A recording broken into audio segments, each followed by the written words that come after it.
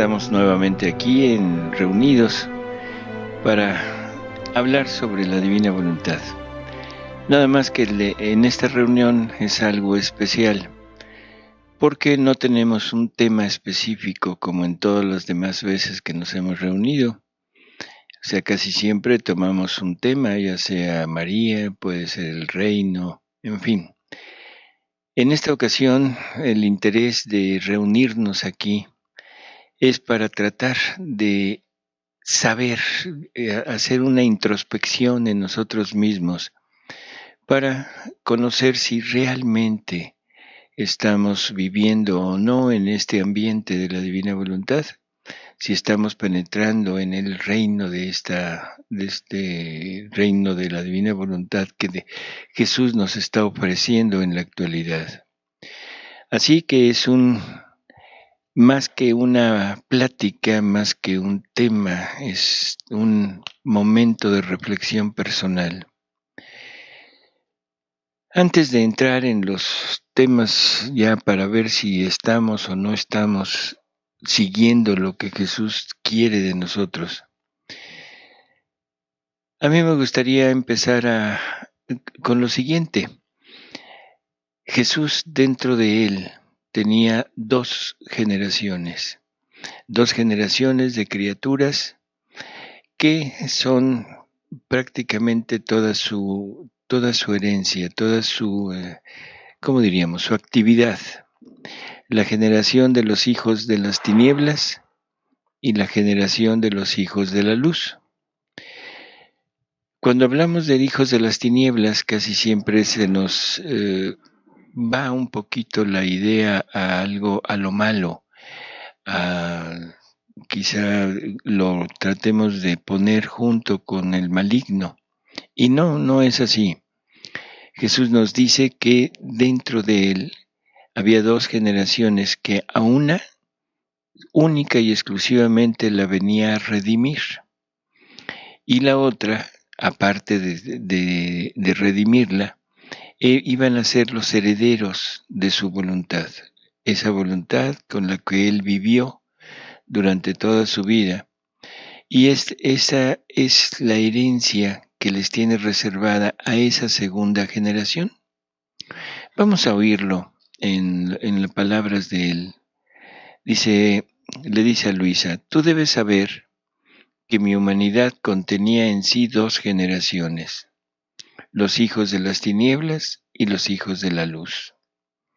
A los primeros venía a rescatarlos, y por eso pagué con mi sangre para ponerlos a salvo. Mi humanidad era santa, y nada heredó de las miserias del primer hombre. Y si bien era semejante en las facciones naturales, pero era intangible de cualquier mínimo defecto que pudiera ensombrecer mi santidad. Mi herencia fue solamente la voluntad de mi Padre, en la cual debía desarrollar todos mis actos humanos para formar en mí la generación de los hijos de la luz. Mira, esta generación me fue dado el formarla propiamente en el regazo de la voluntad de mi Padre Celestial, y yo no ahorré ni fatigas, ni actos, ni penas, ni oraciones. Más bien estaba en la cima de todas las cosas que hacía y sufría, de manera que la concebí en mí, la fecundé y la formé. Eran propiamente ellos los que el Divino Padre con tanto amor me había confiado. Era mi herencia predilecta que me fue dada en la Santísima Voluntad Suprema. Es muy interesante lo que nos dice porque esta segunda generación es una generación que le fue dada a Jesús. No solamente fue formada por él, sino que la forma, pero porque le había sido dada. O sea, esta segunda generación es dada por la divinidad, por el Padre, y le encarga a Jesús formarla, pero formarla dentro de la divina voluntad, esa voluntad que lo hace uno con el Padre y con el Espíritu Santo. Así que es una generación, es predilecta y es específica Dios sabe cuántos son, quiénes son, así que cada uno de los que vayan a entrar en ¿cómo diríamos? En este terreno de la segunda generación es una persona que es eterna en la mente de Dios. Y Dios nos tenía con él desde toda la eternidad y se lo asigna a Jesús para que sea él el que la forme, el que la viva dentro de él para darla a luz en el momento de su resurrección. Dice ahora, dice, la fecundé, la formé, eran propiamente ellos los que el Divino Padre con tanto amor me había confiado. Era mi herencia predilecta, o sea, herencia le fue dado a él. Dice, eran propiamente ellos los que el Divino Padre con tanto amor me había confiado. O sea, lo que estábamos diciendo, es el Padre quien desde toda la eternidad tenía en mente a cada uno de esta generación. Dice, me fue dada en la santísima voluntad suprema. Dice, ahora, después de haber conocido los bienes de la redención, cómo quiero a todos salvados, dándoles todos los medios que se necesitan. Paso a hacer conocer que en mí hay otra generación que debo hacer salir. Mis hijos que deben vivir en el divino querer, y que en mi mismo corazón tengo preparadas todas las gracias, todos mis actos internos hechos en el ámbito de la voluntad eterna para ellos. Y éstos esperan el beso de sus actos, su unión para darles la herencia de la voluntad suprema. Y como la recibí yo, quiero darla a ellos para hacer salir de mí la segunda generación, la de los hijos de la luz. Bueno, si nos damos cuenta, el Padre se las da a Jesús, esta generación, y le permite que sea formada en la misma divina voluntad. Interesante la forma en que lo dice, porque menciona que de la misma manera que él recibió esta generación, o sea, de la misma manera que recibió la divina voluntad específica para cada uno, ahora de esa misma manera la va a heredar a cada uno de los integrantes de esta generación, así que es algo que viene directamente del Padre Celestial. Una pregunta que es interesante es ¿por qué tanto tiempo pasó desde el momento de la creación hasta el momento en que Jesús viene a este mundo a redimir? ¿Y por qué tanto tiempo pasó desde que Jesús muere y asciende al cielo hasta que se presenta esta nueva revelación, los hijos de la luz?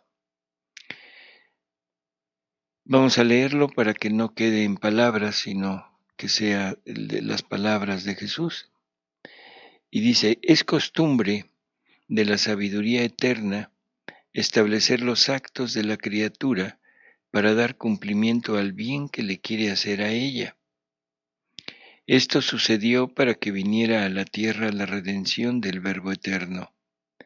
Se necesitó el curso de 4000 años, y para este intervalo de tiempo estaban establecidos todos los actos que debían hacer las criaturas para disponerse a merecer el gran bien de la redención, y todas las gracias y conocimientos que debía dar la Suprema Majestad para hacer conocer el mismo bien que debía llevar al descendimiento del Verbo en medio de ellas.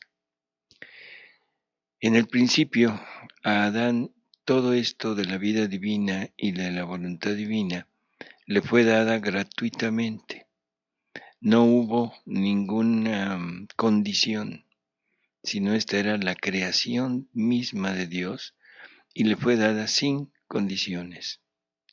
Pero Adán se sale, Adán desobedece, pierde todo esto que le había sido dado, y entonces ahora Dios se quedó sin la posibilidad de completar o de llevar a cabo la finalidad de toda su acción, de toda la creación, porque la creación fue hecha para Él. O sea, la finalidad de Dios es para Él, no es para el hombre, nada más, sino la principal acción es para Él. Por lo tanto, se queda sin poder realizar su plan, porque el hombre se sale y pierde todo lo que Él había dado para que el hombre pudiera llegar a cumplir los designios del Padre. Así que ahora lo que el Padre ya no quiere volver a darla, o sea, gratuitamente, porque ya sabe lo que pasó. Ahora al hombre le tiene que costar, y ese costar es a través de disponerse a recibirla, de desearla y de pedirla, de ansiar. Primero, la redención. Por eso es que en el paraíso terrenal lo primero que el Padre ofrece es que en algún tiempo de la historia vendrá un redentor. Y ese redentor será el que saque a flote a la humanidad que ya era incapaz de poder llegar a Dios, porque había perdido la gracia, había perdido la vida divina y ya no tenía entrada en el paraíso celestial. Así que nos deja pidiendo todo este, ¿cómo decirlo? Todo al Redentor, vamos a ponerlo así más sencillo, al Redentor, y esa es la forma en que Adán y todos los siguientes pueden llegar a salvarse, o sea, siendo fieles a esa promesa de Dios de que habrá algún día un Redentor. Pero tienen que ir acumulando actos de deseo, actos buenos, actos virtuosos. Y entonces dice Jesús, he aquí el porqué de los patriarcas, de los santos padres, de los profetas y todos los buenos del Antiguo Testamento, los cuales con sus actos debían hacer el camino, la escalera para llegar al cumplimiento de la redención. Dice, pero esto no basta. Por cuán buenos y santos eran sus actos, estaba el muro altísimo del pecado original que mantenía la división entre ellos y Dios. He aquí el por qué se necesitó una virgen concebida sin mancha original, inocente, santa y enriquecida por Dios con todas las gracias, la cual hizo como suyos todos los actos buenos del curso de los 4000 años, los cubrió con su inocencia, santidad y pureza, de modo que la divinidad veía aquellos actos a través de los actos de esta inocente y santa criatura, la cual no sólo abrazó todos los actos de los antiguos, sino que ella, con los suyos, los superó a todos y por eso obtuvo el descendimiento del Verbo a la tierra. Sabemos que Jesús viene a este mundo en la plenitud de los tiempos, es lo que nos dice la Sagrada Escritura. Y casi siempre lo hemos como fijado en época, en un tiempo de la historia en que era propicio que viniera el Redentor. Y no es así, o sea, la plenitud de los tiempos es cuando la humanidad cumple con todos los requerimientos que Dios había pedido, y como era prácticamente imposible que el hombre lo pudiera cumplir, tiene que venir la Virgen Santísima, que viviendo con la divina voluntad tiene la capacidad de poder abarcar a toda la humanidad, de rehacer lo que todos no han hecho, y con la potencia de la divina voluntad poner las ansias, los suspiros y los actos buenos que Dios necesitaba para mandar al Redentor, pero hechos en voluntad divina. Así que la plenitud de los tiempos es María, no es una época de la historia, sino es María. Dice así que la Virgen completó todos los actos que se necesitaban para hacer descender el Verbo a la tierra. Pero no terminó aquí. Para hacer que el Redentor tuviera su campo de acción en la tierra y para hacer que cualquiera que lo quisiera pudiera servirse de aquellos actos como monedas para comprarse el cielo, se necesitaba el sello de la inocencia, santidad y querer divino. Se necesitaba el sello del obrar del mismo Verbo para hacer subir al hombre al cielo. Si el sello de la Virgen bastó para hacerme descender en medio de las criaturas, para hacer subir al hombre se necesitaba mi obrar divino. Y he aquí por esto que yo abracé e hice míos todos aquellos actos. Suplí a todos, cumplí todo y por todos puse el sello divino a todos los actos buenos, desde el primero hasta el último hombre que vendrá a la tierra. Y este sello fue hecho por mí con penas inauditas y con el desembolso de mi sangre.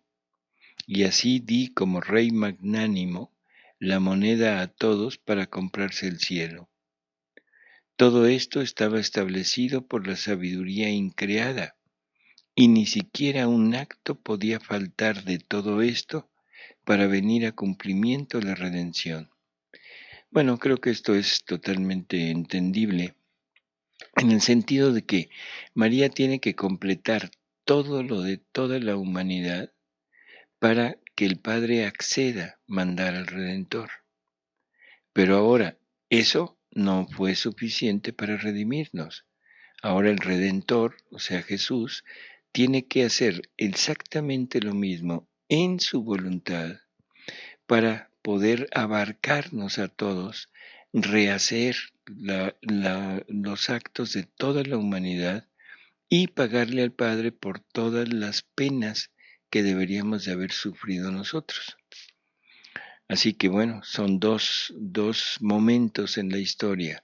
María completando lo que el hombre tenía que hacer para que el Padre decidiera mandar al Redentor, y toda la acción del Redentor que tenía que ser hecha en la divina voluntad para poder redimir ya prácticamente al hombre. Pero sin embargo, todo esto no fue suficiente, no fue total para la restitución del hombre a su punto de origen. Así que se necesitaba todavía algo más. Y esto Jesús nos lo deja anunciado en el Evangelio, cuando dice que todavía tiene mucho que decir y que cuando venga el Espíritu Santo, Él nos irá llevando poco a poco hasta la verdad plena. O sea, y la verdad plena pues es el Jesús pleno. Él se define a sí mismo como el camino, la verdad y la vida. Y si nos está diciendo que nos va a llevar hasta la verdad plena, lo que nos está queriendo poner enfrente es que no conocemos a Jesús y que es un Jesús humano el que tenemos, que es un Jesús que sus acciones son del hombre, ¿cómo diríamos?, prodigioso, pero que no tiene mucho de diferente de los demás hombres que hubo en la historia, porque los profetas llegaban a hacer prodigios, incluso resucitar muertos. Así que no era exclusivo de Jesús. O sea, también hubo otros. Hay tres pasajes en la vida de Jesús que sí nos muestran un poco más claramente su divinidad, que sería la transfiguración en el monte Tabor, que sería la resurrección de Lázaro, o sea que es la única resurrección que fue realizada cuando el cuerpo de Lázaro ya estaba prácticamente en descomposición. Y eso no lo había hecho con ningún otro, casi todas habían sido resurrecciones inmediatas, o sea, a la muerte. Y finalmente su propia resurrección, que ese es el portento de todos. Y aquí hay que entender que no es el Padre quien resucita a Jesús. Si recordamos las palabras de él, dice, yo tengo poder para entregar mi vida y para retomarla. O sea, es un acto propio de él el volver a tomar la vida. Y volver a tomar la vida después de, 3 días, como se acostumbra decir. Y es por su propia voluntad. Ahí sí se nos muestra claramente quién es Él, porque no está recurriendo al poder o a la intervención del Padre, sino Él mismo, como Dios, lo hace.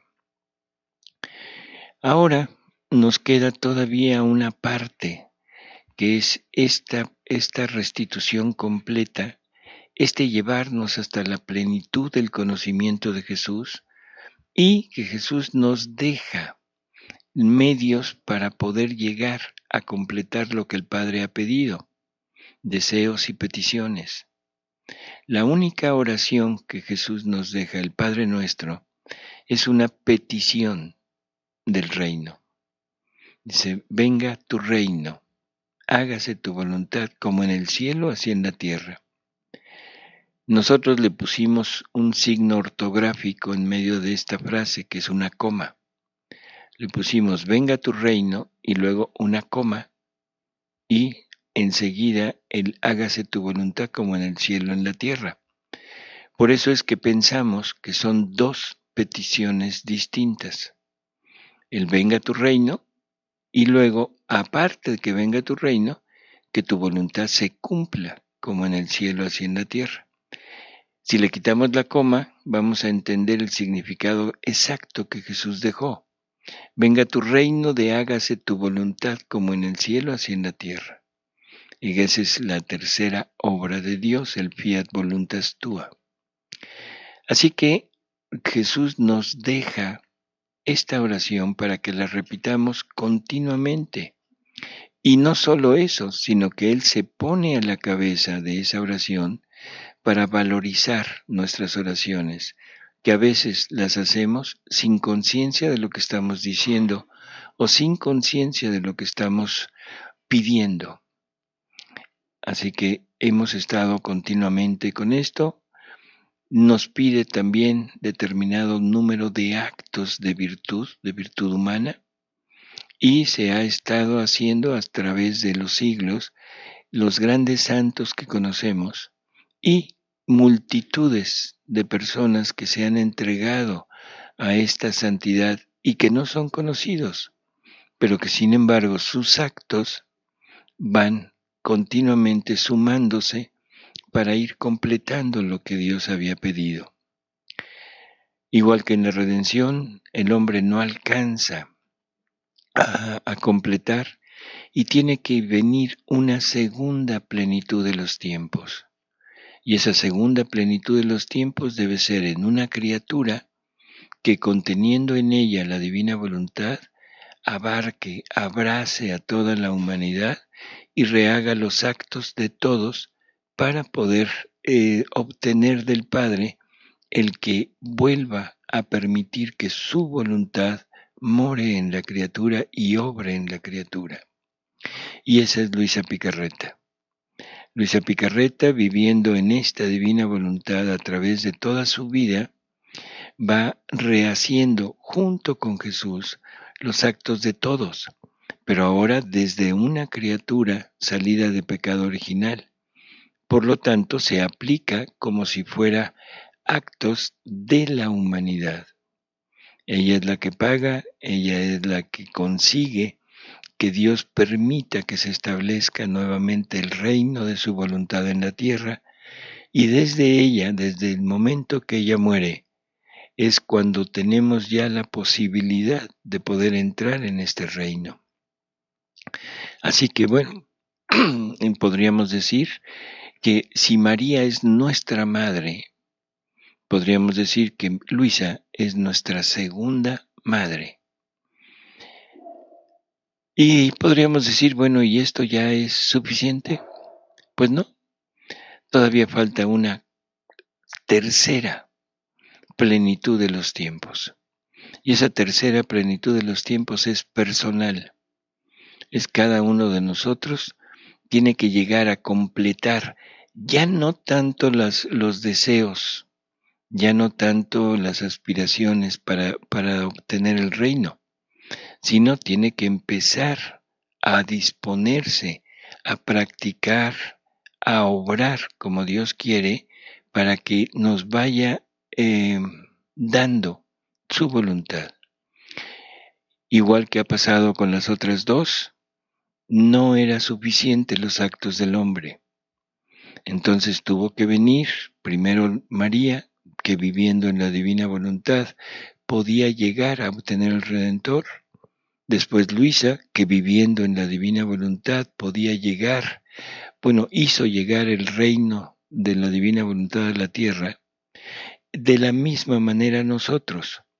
No bastan nuestros actos y nuestras disposiciones y todo lo que pensemos y queramos, sino necesitamos la divina voluntad de nosotros para que desde ella podamos pedir, podamos anhelar el reino y que el Padre conceda que podamos unirnos al reino de su querer eterno. Así que la divina voluntad no es finalidad, es el medio por el cual nosotros podremos llegar a obtener el reino del querer divino y unirnos con él. ¿Qué quiere decir esto? O sea, es una nueva etapa en la historia de la relación de Dios con el hombre. El tiempo se nos termina y solamente les voy a pedir que piensen de aquí a mañana, que piensen un poco en qué quiere decir que Dios quiere generarse, que Dios quiere generar criaturas semejantes a Él. Porque esto es la motivación de Dios para darnos su reino. Así que, buenas noches.